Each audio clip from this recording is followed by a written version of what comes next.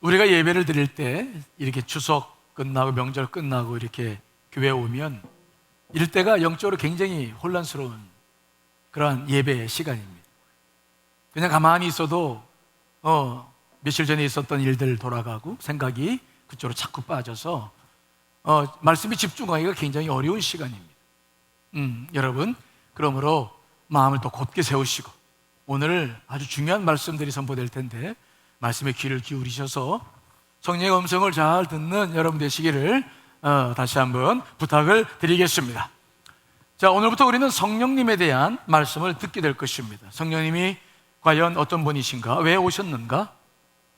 우리는 성령님에 대해서 궁금한 부분들을 잘 설명을 듣게 되고 또 그동안 오해하고 있는 부분들에 대해서도 또 여러분들이 설명을 듣게 될 겁니다. 그래서 성령님은 이런 분이시구나, 우리가 이렇게 교제하면 되겠구나, 그분이 왜 필요한지에 대해서 잘 알게 될 거예요. 그러나 혹시 설교를 듣다가 기존에 가지고 있던 성령님의 생각과 좀 다른 말씀이 들릴 수도 있어요. 들리거든 마음의 문을 닫지 말고 그때 더 마음을 기울여서 말씀을 잘 들어보시기 바랍니다. 그러면 새로운 진리가 깨달아지게 되고 거룩한 은혜를 경험하는 그런 시간이 되리라 생각합니다. 특별히 저는 이번 성령님에 관한 설교를 준비하면서 여러분들에게 성령에 대한 지식을 전해주는 것으로만 끝나지 않고 우리 교회에 거룩한 바람이 일기를 간절히 소망합니다. 이 시대에 이 거룩한 바람이 다시 일어나기를 소망합니다. 그렇게 될 때만이 우리가 이 시대를 극복하고 주의 뜻을 이루어나가게 될 줄 믿습니다.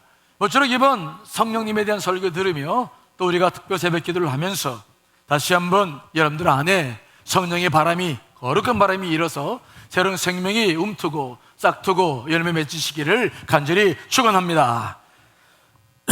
자, 오늘 본문은 오순절 성령의 역사가 일어난 지 약 20년 후에 있었던 일이 오늘 성경 본문에 기록되고 있습니다. 오순절 성령의 역사가 일어나고 난 다음에 사도 바울이 부활하신 주님을 만나고 이제 안디옥 교회에서 사역을 하다가 안디옥 교회에서 바나바와 더불어서 이제 선교사로 최초의 선교사로 이제 파송을 받게 되죠. 그 사도 바울이 3차 선교 여행을 했을 때 바로 이 에베소에 들렸는데 그 에베소에 들려서 어떤 일을 했는지가 오늘 말씀에 기록되고 있습니다. 자, 사도행전 19장 1절, 오늘은 제가 잔소리를 좀 해야 될 것 같은데 여러분 이해해 주세요. 목사님 잔 좀 자게 내버려 두세요. 근데 그럴 수가 없어요.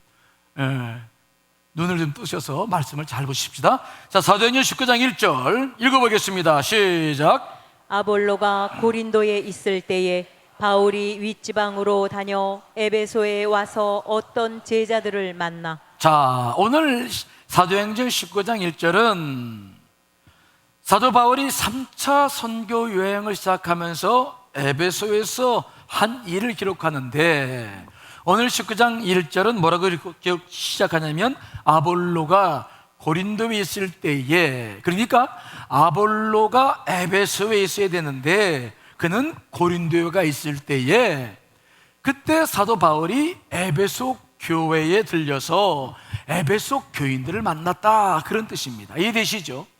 그런데 왜 사도행전을 기록한 누가는 그냥 사도 바울이 에베소 교회에 왔다, 그리고 교인들을 만났다, 그러고 기록하면 될 텐데 왜 아볼로라는 사람이 고린도에 가 있었고 에베소에 없었다라는 말을 꼭 여기다가 기록했을까?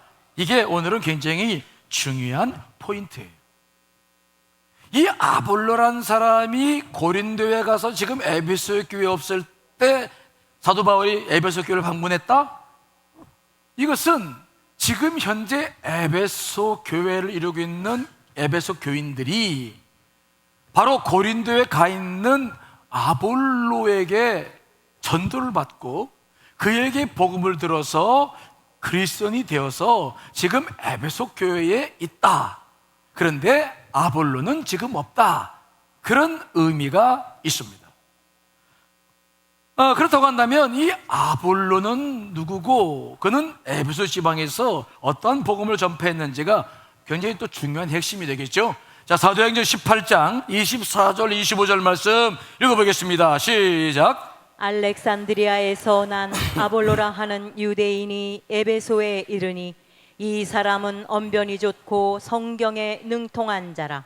그가 일찍이 주의 도를 배워 열심으로 예수에 관한 것을 자세히 말하며 가르치나 요한의 세례만 알 따름이라. 아볼로란 사람은 알렉산드리아 지방의 사람인데 유대인이었죠. 아주 언변이 좋았어요. 성경에도 능통했다. 그때 성경은 구약 성경이니까 아마 그가 성경에 능통했다고 한다면 바리새인이나 서기관 중에 한 사람일지 몰라요. 그런데 중요한 것은 뭐냐? 그가 복음을 알고 있는 거죠. 예수 그리스도를 알고 있었어요.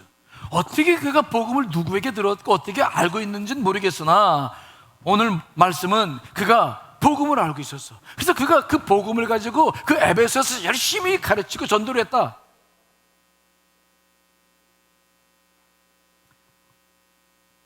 일찍이 주의 도를 배워 열심히 예수에 관한 것을 자세히 말하며 가르쳤다.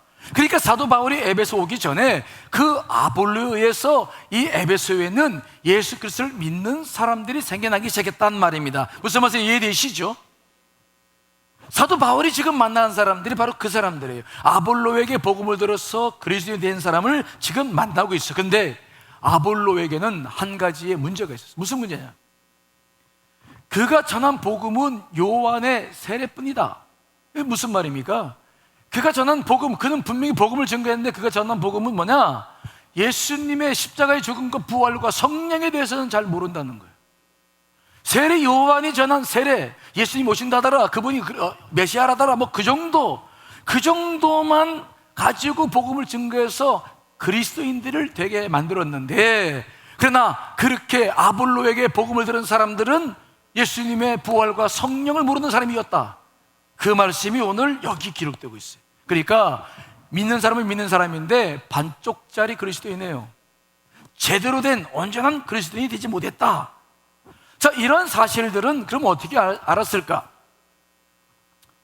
에베소라고 하는 지역은 굉장히 중요한 지역이라서 사도 바울이 2차 선교 여행을 가서 고린도 교회를 개척을 하고, 그때 브리스길라와 아굴라가 이제 사도 바울을 도와서 고린도 교회를 개척을 했는데, 사도 바울이 예루살렘을 오는 과정 속에서 에베소를 잠깐 들렸었는데, 그때 브리스길라와 아굴라를 같이 데리고 와서 에베소가 중요하기 때문에 거기서 사역을 시켰어요. 그리고 사도 바울은 안디옥 교회로 돌아갔다가 다시 3차 여행을 하면서 이 에베소를 먼저 들린 거죠.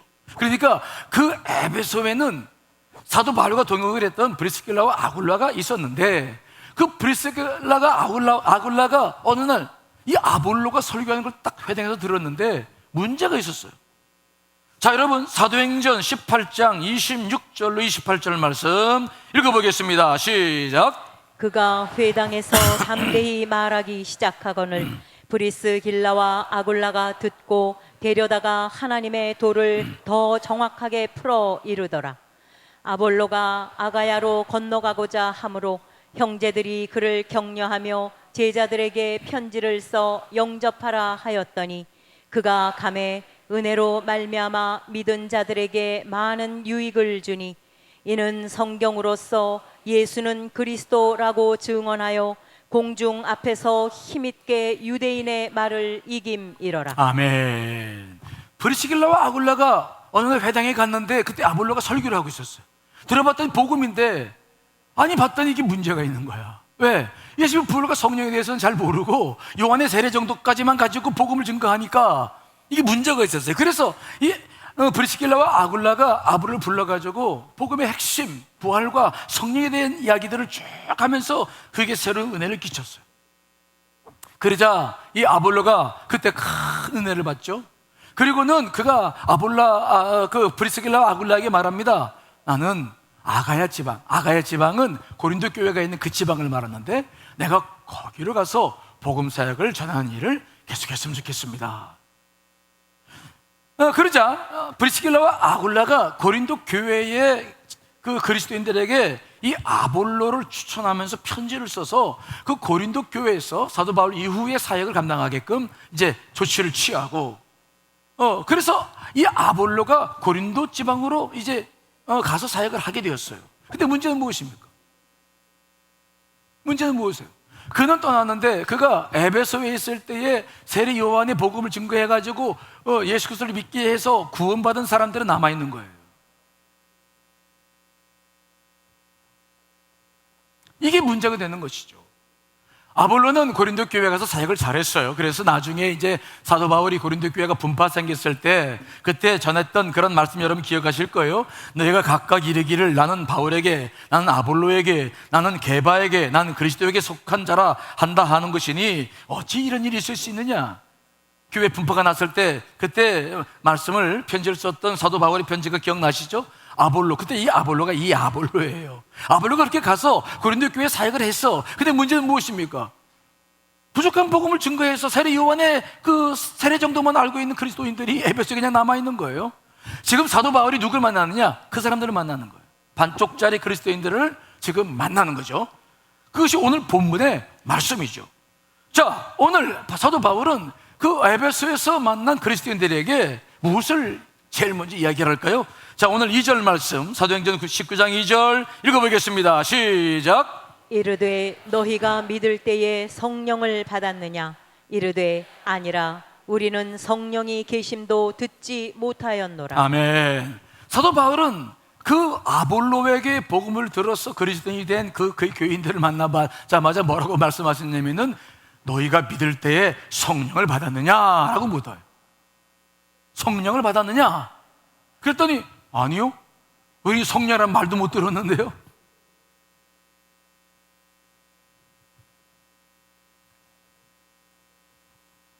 그들이 이럴 수밖에 없는 것은 아볼로로부터 온전한 복음을 듣지 못했기 때문이죠. 그래서 사도 바울이 그들에게 온전한 복음, 십자가의 사건과 부활과 성령의 오순절에 임한 성령의 사건에 대해서 자세히 증거를 하고 그들에게 예수 이름으로 다시 세례를 주죠. 그리고 그들에게 딱 안수를 하니까 그제서야 성령이 임했습니다. 자, 사도행전 19장 5절 7절 말씀 오늘 본문입니다. 읽어봅니다. 시작. 그들이 듣고 주 예수의 이름으로 세례를 받으니 바울이 그들에게 안수하매 성령이 그들에게 임하심으로 방언도 하고 예언도 하니 모두 12사람쯤 되니라. 아멘. 성령이 누구신지도 몰랐던 사람들에게 사도 바울이 복음을 증거하고 세례를 주면서 안수를 했을 때 그제서야 그들에게 성령이 임했어요. 그래서 그들이 방언도 하고 예언도 하는 역사, 온전한 그리스도인이 되었다라는 역사, 그들도 오순절 성령의 한 역사를 경험한 사람이 되었다라는 것이 오늘 본문에 나와 있는 기록이죠. 우리는 오늘 본문을 통해서 무엇을 알 수 있습니까?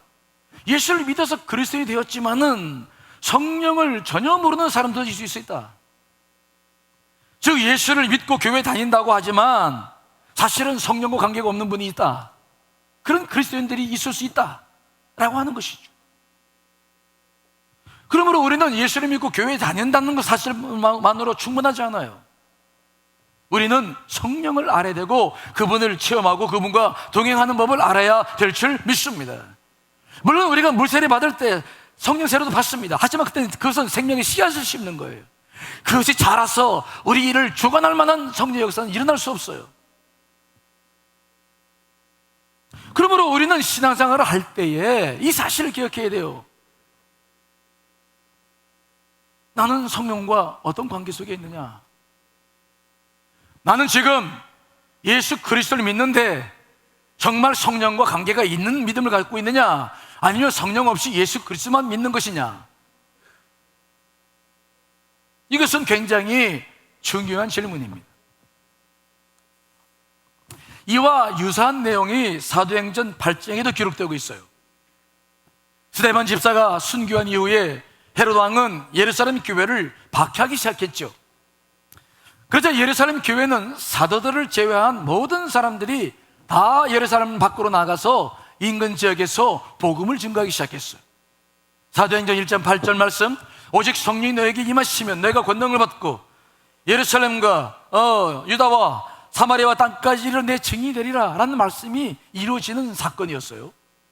그때 사마리아에 가서 복음을 증거한 사람이 있었는데 그 사람이 빌립이었어요.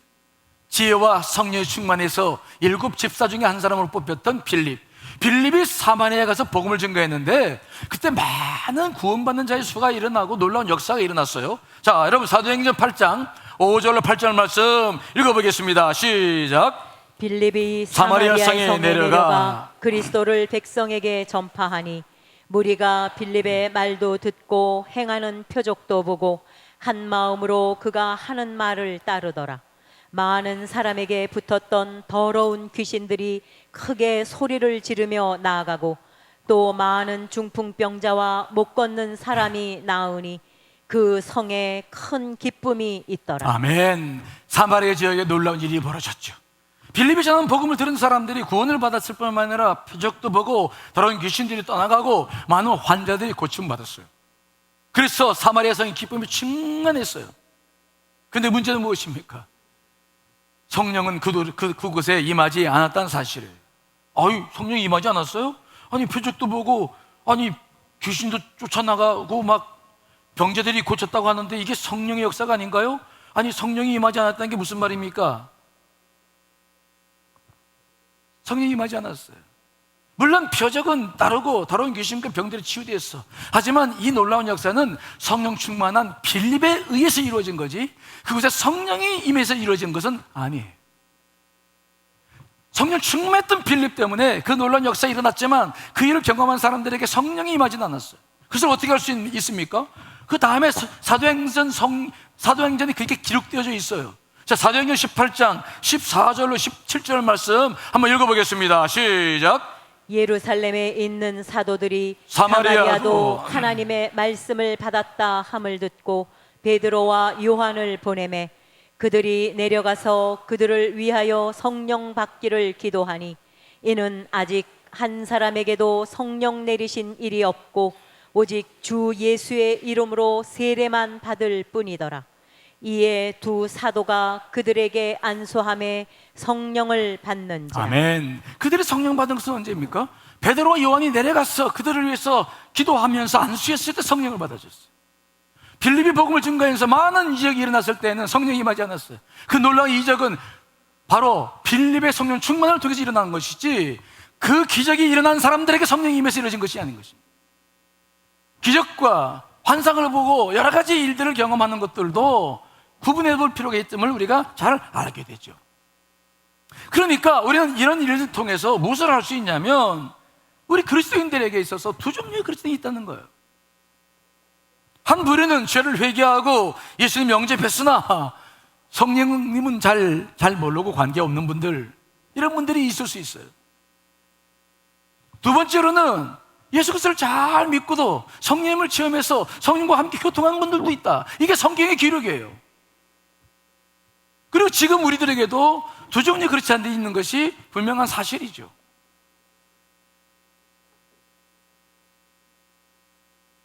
그래서 우리는 이 성령님을 이야기할 때 성령의 지식적인 원론적인 것보다도 오늘 사도 바울이 질문한 이 질문이 굉장히 중요합니다. 우리에게 너희가 믿을 때에 성령을 받았느냐? 이 질문을 여러분 개인에게 한번 하십시오. 네가 예수를 믿었을 때 성령을 받았느냐? 한번 생각해 보십시오. 여러분들은 성령님과 어떤 기준을, 어떤 관계를 가지고 있습니까? 사도 바울은 교인들을 봤을 때, 에베소 교인을 봤을 때 무엇을 기준으로 교인을 평가합니까? 성령을 받았느냐 안 받았느냐, 이걸 보고 평가하는 거예요.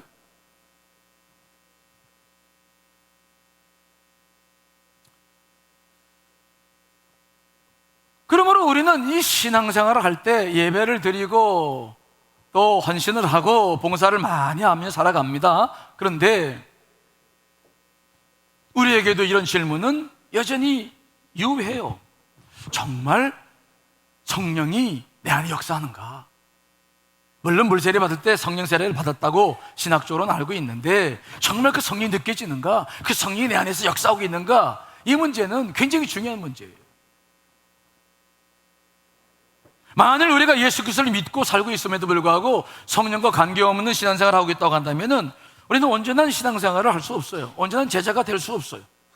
우리는 예수님의 보혈로 죄사함을 받아서 하나님의 자녀가 됐기 때문에 구원은 받을 수 있을지 모르지만 이 땅에서 성령의 역동성은 경험하기 어려워요. 성령의 역동성은 이 시대를 극복해낼 수 있는 강력한 힘입니다. 그 능력을 우리는 경험할 수도 없다, 그런 그리스도인도 있다. 우리는 이런 문제에 대해서 깊은 고민을 하지 않을 수 없어요.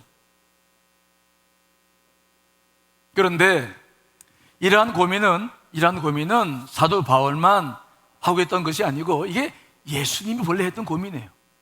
예수님께서 12제자를 부르셔가지고 3년 동안 훈련하셨는데 그 제자들이 온전한 변화를 했습니까? 안 했습니까? 그들이 예수님을 믿고 십자가의 길을 갔습니까? 못 갔습니까? 못 갔죠. 그들은 다 도망갔어요. 예수님으로부터 주옥 같은 설교를 듣고 많은 기사와 이적을 체험했는데 그들은 십자가의 길이 아니라 자기 유익만 쫓았어요. 한 사람도 주님을 쫓지 못했어요. 그런데 예수님도 이런 사실을 이미 다 알고 있었어요. 그래서 베드로에게 말합니다. 너 나를 부인할 것이다. 아니라고 얘기했지만 그는 부인했어요. 가룟 유다에게 암시를 줘서 네가 해야 할 일을 하지 못하도록 회개할 수 있는 기회를 줬습니다. 제자들이 다 도망칠 걸 알았어요.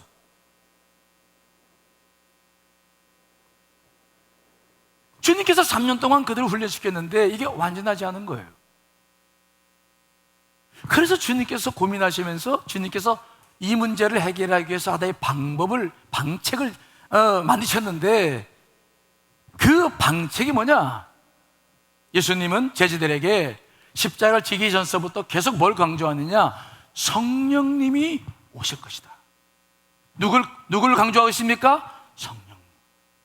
내가 부활승천한 다음에 성령이 내려오실 것이다. 그때 그 성령을 통해서 너희들이 내가 말한 것이 생각나고 너희들이 내가 한 모든 것들이 기억나면서 내 뒤를 따를 것이다. 내가 실상을 말하노니 내가 떠나는 것이 너희에게 유익이라. 내가 떠나가지 아니하면 보혜사가 너희에게로 오시지 아니할 것이요 내가 가면 내가 그를 너희에게 보내리라. 주님께서 떠나시고 성령을 대신 보내실 때만이 너희들이 완전해질 수 있다고 하시는 말씀을 하시는 거죠. 그렇다고 한다면 아니 하나님의 아들이신 예수님께서 육신을 입고 이 땅에 오신 것과 성령님이 오신 것과는 무슨 차이가 있습니까?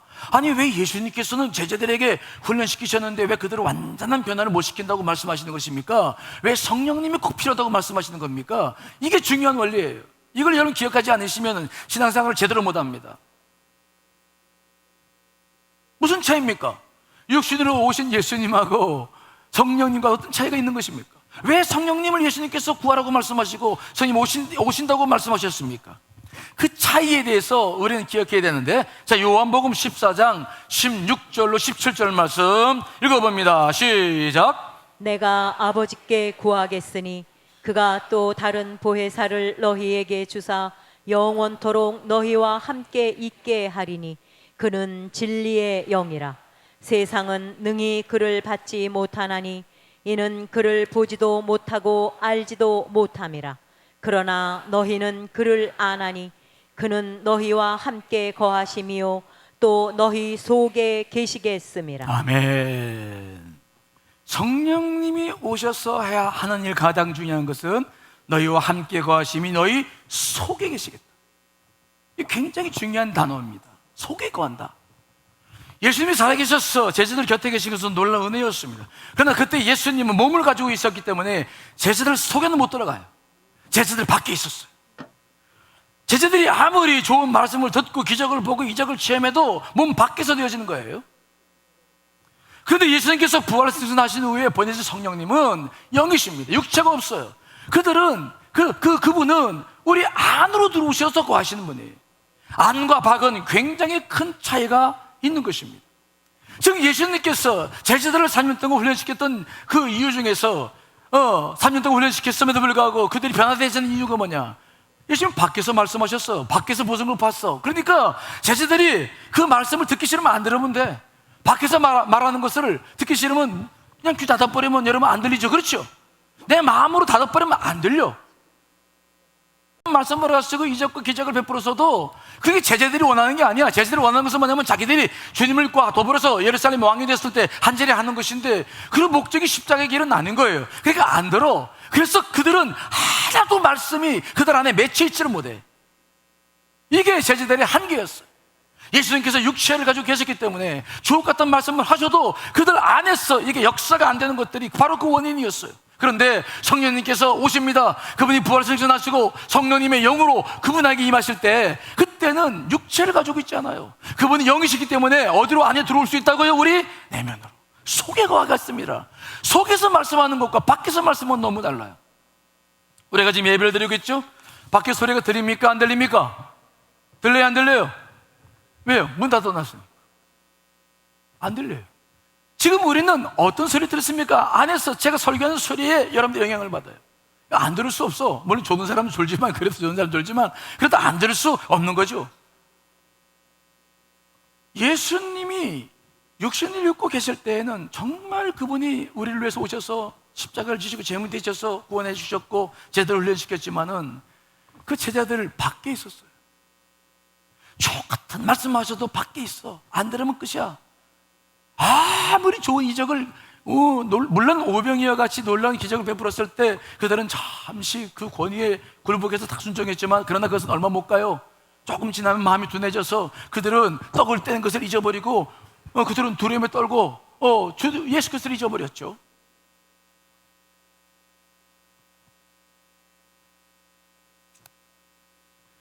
그래서 예수님께서 우리들에게 성령을 말씀하시고 성령을 보내주신다고 약속하신 이유가 바로 거기에 있는 것이죠.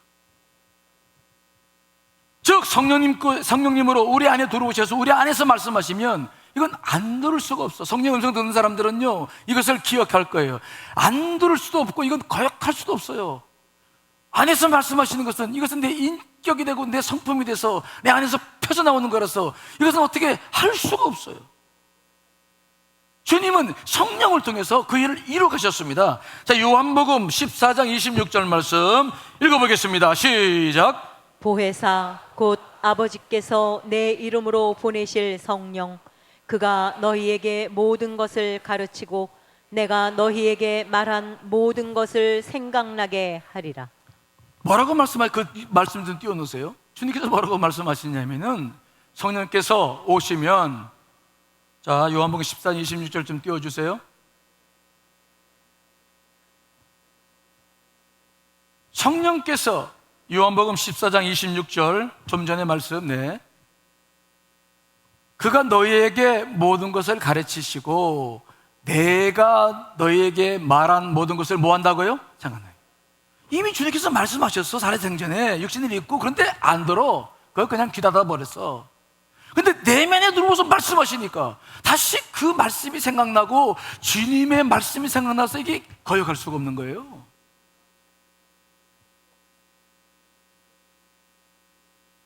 육체에 계실 때에는 내가 듣고 싶으면 듣고 안 듣고 싶으면 안 들어. 지금도 우리가 신앙생활을 그렇게 합니다.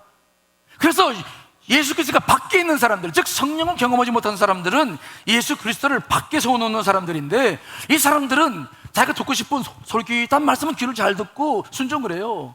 그러나 자기가 듣고 싶지 않거나 자기 유익에 관계없거나 제 관심 분야 아니면 안 들어. 자기 중심성, 자기의 유익을 구하는 것은 여전해요. 이게 차이점이에요. 그러나 예수 그리스도가 내면에 들어와서 성령으로 경험되신 분들은 그럴 수 없어요. 설령 그것이 힘들고 어렵더라도 주의 뜻이기 때문에 정말 내가 순종하지 않으면 안 돼. 기쁨으로 성령과 더불어서 그 길을 갈 수밖에 없는 것이죠. 이 차이가 굉장히 중요한 차이예요. 이런 이유 때문에 예수님은 제자들에게 눈이 성령님을 강조하셨고 오순절 성령 역사가 그렇게 해서 이루어지게 된 줄 믿습니다. 이러한 놀라운 역사들을 우리가 바라보지 않으면 안 돼요. 신앙생활하면서 이것들을 자꾸 이제 깊이 들어와서 신앙의 모습을 보지 않으면 안 돼요. 그러므로 성령님과 관계없는 분들, 신앙생활을 하는데 그냥 성령님의 생각은 아까 우리가 특별 새벽 기도 놓고 기도하라고 그랬죠? 그때 여러분들이 성령의 음성을 들었는지 모르겠습니다. 그냥 내 생각대로 내 식대로 살아가신 분들은 미안하지만 아직 예수 그리스도를 밖에 놓고 세워놓고 있는 분들이죠. 그러나 정말 성령을 경험하신 분들은 그럴 수 없어. 기도하는데 나는 못하는데 성령께서 말씀하시는 게 있어. 그러면 주여 알겠습니다.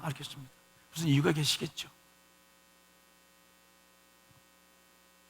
밖에 계신 예수와 내 안에 계신 성령님과는 너무 달라요. 주님은 그래서 우리들에게 성령님을 강조하시고 성령님으로 이 땅에 오시는 거예요. 우리는 이런 관점으로 오순절 성령 강림의 사건을 봐야 돼요. 성령이 임하실 때 나타나는 외적인 현상들과 능력들을 바라보기보다는 왜 그분이 성령으로 오셨나, 이걸 봐야 돼요. 자, 사도행전 2장 1절로 4절 말씀 읽어보겠습니다. 시작. 오순절 날이 이미 이름에 그들이 다 같이 한 곳에 모였더니 호련히 하늘로부터 급하고 강한 바람 같은 소리가 있어 그들이 앉은 온 집에 가득하며 마치 불의 혀처럼 갈라지는 것들이 그들에게 보여 각 사람 위에 하나씩 임하여 있더니 그들이 다 성령의 충만함을 받고 성령이 말하게 하심을 따라 다른 언어들로 말하기를 시작하니라. 아멘. 성령이 임하실 때 하늘로부터 급하고 강한 바람 같은 소리가 막 일어나고 불의 혀처럼 막 갈라지는 역사가 일어났어요. 외적인 형상들이 있죠.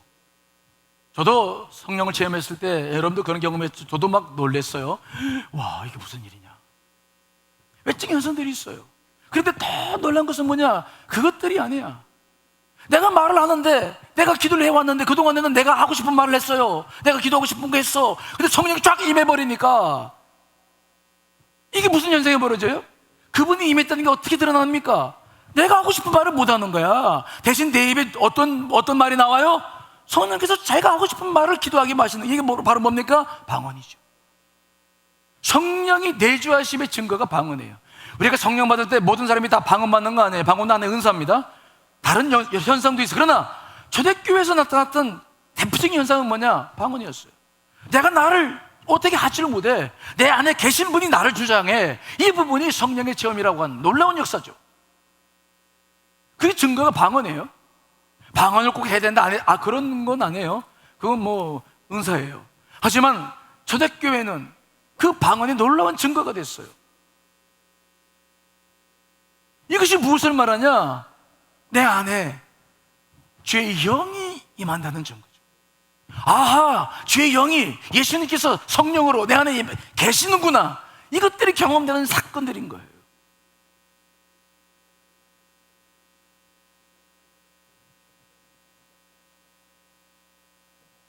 이렇게 오순절 성령의 역사가 우리 안에서 이루어지기 시작하면서 이제 어떤 문제가 해결되느냐, 예수님께서 고민했던, 우리가 변화되지 않고 자꾸 자기 중심적으로 살고 자기 유익만 추구하고 예수 그리스도를 믿어도 도대체 변화되지 않는 그런 모든 문제들이 해결되기 시작하는 것이죠. 자, 요한복음 14장 18절 20절 말씀 읽어보겠습니다. 시작. 내가 너희를 고아와 같이 버려두지 아니하고 너희에게로 오리라. 그 날에는 내가 아버지 안에 너희가 내 안에 내가 너희 안에 있는 것을 너희가 알리라. 아멘. 주님은 우리를 고아처럼 버려주고 싶지 않아요. 우리가 늘 그분을 싫어해서 마음을 닫아놔도 우리를 고아처럼 버려두고 싶지 않아. 그러려면 어떻게 해야 됩니까? 그분이 우리 안에 계셔야 돼. 그래서 내가 너희 안에, 너희가 내 안에 있기를 원한다. 그 놀라운 역사가 이 성령의 역사를 통해서 이루어진 것입니다. 성령님이 왜 오셔야 되느냐? 그것은 우리 안에 그분이 계셔야 되기 때문에 그런 역사가 이루어지게 된 줄 믿습니다. 근데 우리가 성령을 모른다면, 성령과 교통할 수 없다면, 성령의 음성을 들을 수 없다면, 예수님은 우리가 예수를 믿어도 늘 밖에 계신 분이에요. 우리는 고아가 될 수 있어. 늘 자기가 욕심에 따라 사는 사람들이 되는 거예요. 주님과 관계없는 신앙을 생활하면서도 얼마든지 우리 크리스찬답게 살고 있다고 말할 수 있어요. 하지만 본질적인 문제는 다른 문제예요.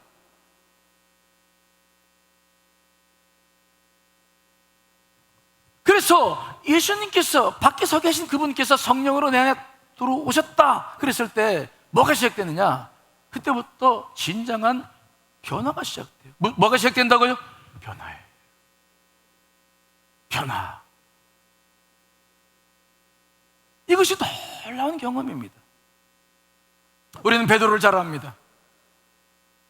성령 맡기 전에 베드로는 정말 연약했습니다. 겉으로는 큰 소리 쳤죠. 내가 죽기까지 주님을 따르겠다고. 하지만 그럴 수 없었어요. 그는 때로는 주님의 십자가의 길을 가로막아서 사탄아라는 소리를 듣기도 했습니다. 그는 정말 십자가 앞에서 예수 그리스도를 모른다고 3번이나 부인하며 도망쳤던 사람입니다. 연약하고 용기도 없었어요. 비겁했어요. 그런데 오순절 성령의 역사가 마가의 다락방에 임했을 때 성령을 제만 베드로는 어떻게 바뀝니까? 베드로와 백이십 문도가 마가의 다락방에서 성령을 제마자 그들은 다 각기 다른 말로 방언을 말하기 시작했어요. 그 말을 들었던 밖에 사람들이 놀래가 이게 무슨 소린가 봤더니 갈릴리에서 온 사람들이 막 소리를 지르고 하니까 자기들이 알 수 있는 언어였습니다. 하지만 그들이 대낮에 그러니까 그들은 말했습니다. 저들이 새 술에 취해가지고 저러는구나. 낮부터 술 먹고 저랬다고. 그랬더니 그 말을 들은 베드로가 막 나서가지고 그들에게 설교하기 시작하죠. 그곳은 예루살렘이었어요. 2달 전에 예수님께서 십자가 못 박혀 죽으셨던 곳이었어요. 베드로가 죽기 싫어서 죽을 수 없어서 자기 목숨 때문에 도망쳤던 곳이었어요. 그 베드로가 성령 체험하니까 주님께서 내면에 임하시니까 그는 어떻게 바뀝니까? 그는 죽음을 더 이상 두려워하지 않아요. 그는 모든 심령들 앞에 서서 담대하게 말합니다. 너의 십자가에 못 박은 그 예수가 바로 예수 그리스도, 우리의 그리스도가 되신 분이시다. 그분이 성령을 우리에게 주셔서 우리가 지금 방언을 말하는 것이지 우리가 새술에 취한 것이 아니다. 그리고 그들에게 회개하라고 설교하죠. 그 자리는 어떤 자리였습니까? 2달 전만 해도 베드로가 도망쳤던 자리였어요. 자, 여러분 사도행전 2장 36절로 38절 말씀 읽어보겠습니다. 시작. 그런즉 이스라엘 온 집은 확실히 알지니 너희가 십자가에 못 박은 이 예수를 하나님이 주와 그리스도가 되게 하셨느니라 하니라. 그들이 이 말을 듣고 마음에 찔려 베드로와 다른 사도들에게 물어 이르되 형제들아 우리가 어찌할꼬 하거늘 베드로가 이르되 너희가 회개하여 각각 예수 그리스도의 이름으로 세례를 받고 죄사함을 받으라. 그리하면 성령의 선물을 받으리니. 아멘. 놀라운 일이 벌어졌죠. 예수님이 십자가를 못 박은 사람들 앞에서 예수 그리스도를 증거해요. 도망친 사람 앞에서 그들에게 예수 그리스도를 담대히 증거합니다. 그리고 말합니다. 회개하라. 회개해서 예수 그리스도를 이름으로 세례를 받고 죄사함을 받고 성령을 선물로 받아라. 그때 그 말씀 앞에 꿇어져 회개하고 구원받은 사람의 수가 3,000명인 줄 분명히 믿습니다. 놀라운 역사가 일어나는 것입니다. 이런 변화라고 하는 건 도대체 무엇 때문에 일어난 겁니까? 무엇이 이런 변화를 가져오는 것입니까?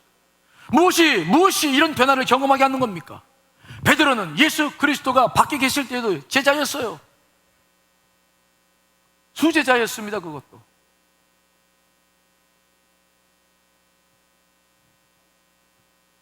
그러나 그는 주의 말씀에 순종하지 못하고 자기 하고 싶은 대로 살았어요. 그러나 주의 영이 베드로 안에 임했을 때, 주님께서 성령으로 그의 안에 임했을 땐 달랐어요. 그는 더 이상 과거의 사람이 아니었습니다. 그는 더 이상 죽음을 두려워하지 않았습니다. 그는 그 경험 이후로 평생을 그렇게 인생을 살기 시작했어요. 정말 변화라는 것은 무엇을 통해서 이루어진 줄 아십니까? 여러분, 예수 그리스도가 여러분 안에 들어오셔야 될 줄 믿습니다. 성령으로 여러분 안에 들어오셔서 말씀하시고 깨닫게 하시고 여러분을 변화시켜 나가고 여러분과 함께 삶을 살아가야 우리가 변화되는 것입니다. 예수 그리스도 밖에 모셔두고서 아무리 오래 노력해도 그저 은혜 받을 때 그때뿐이에요. 우리가 해야 할 일은 뭐냐? 그 성령님을 우리 안에 더 깊이 모시고 성령 충만한 삶을 살아가야 될 줄 믿습니다. 이게 우리가 해야 할 중요한 과제예요. 예수 그저 믿고 교회 생활하고 기도 생활하고 그냥 그런 것도 물론 중요하죠. 하지만 그 생활을 통해서 우리는 온전한 변화를 경험하지 못해요. 이 시대를 극복할 수 없어요. 이 유교 많고 물질적인 세상 속에서 어떻게 우리가 신앙을 지키며 살아간단 말입니까? 우리는 날마다 흔들려요. 교회 와서 예배드리면 은혜 받고 또 성령 충만하지만 나가면 금세 잊어버리고 세상을 향합니다. 언제까지 우리는 바람에 흔들리며 인생을 살아가야 될 것입니까? 언제까지 예수를 믿는데 정말 그 예수 믿는 것이 진짜인지 거짓인지도 모른 채 우리가 신앙생활을 형식적으로 언제까지 할 것입니까?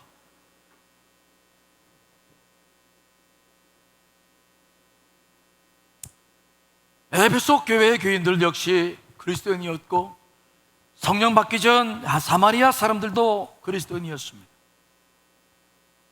그들은 구원을 받았을 거예요. 하지만 성령의 역사가 없을 때 우리는 이 시대를 이겨나갈 수는 없어요. 그래서 사도 바울은 교인들을 보면서 무엇을 가장 기준으로 보냐면, 너희가 믿을 때에 뭐라고요? 성령을 받았느냐? 너 정말 성령과 어떤 관계에 있느냐? 성령님과 어떤 관계 속에 있느냐? 그걸 묻는 거예요. 정말 여러분은 성령님과 어떤 관계 속에 있습니까? 우리는 물세를 받아서 예수 그리스도를 믿고 있습니다. 그때 성령이 들어옵니다. 성령의 씨앗이 심어졌어. 생명의 씨앗이 심어졌어. 우리는 하나님의 자녀들입니다. 근데 이것들이 자라야 돼요. 나를 완전히 장악해서 내가 정말 그분 앞에 순종하지 않으면 안 돼요. 오늘날 많은 사람들이 한국교회를 염려하죠. 한국교회가 예전에 가졌던 능력을 상실했다, 그렇게 말하는 분도 계시고, 많은 성도들의 삶 속에서 예수 그리스도의 능력을 경험하기가 어렵다라는 말씀들도 많이 합니다. 그 이유가 여러 가지가 있겠죠. 하지만 많은 분들이 하시는 말씀은 한국교회가 성령의 능력을 상실했다, 그렇게 평가를 많이들 하시더라고요. 한국교회는 그동안에 성령의 능력을 많이 입었어요. 그런데 우리가 잘못했던 게 있어요. 무엇입니까? 성령의 외적인 현상들만, 능력과 가시적인 것들만 바라봤어요. 그것을 통해서 우리가 추구한 것이 무엇입니까?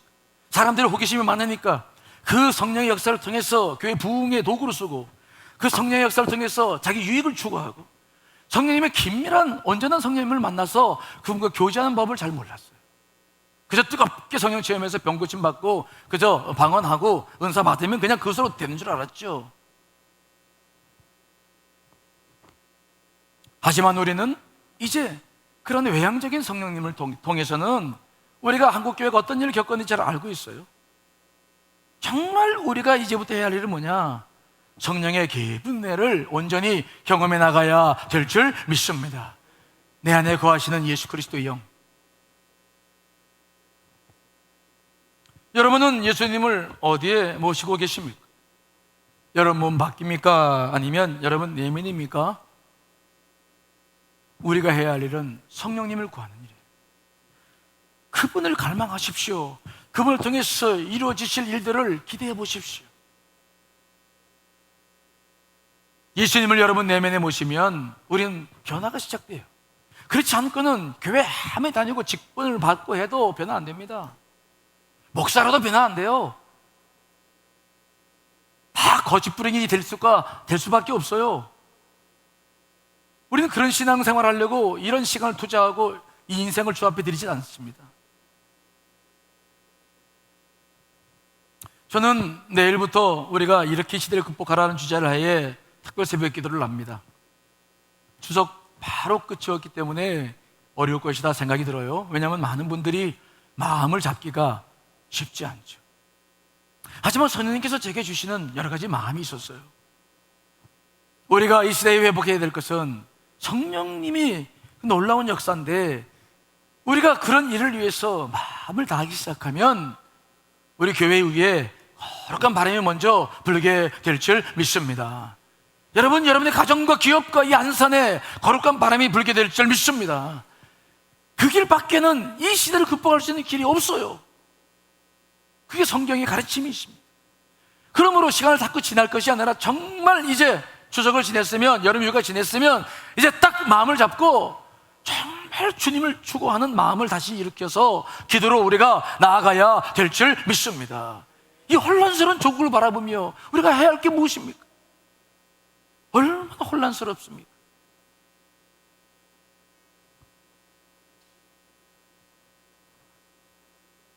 우리는 지난 6월에 있었던 특별 새벽기도를 통해서 많은 기도의 응답을 체험을 했고, 성령의 놀라운 역사도 많이 체험했죠.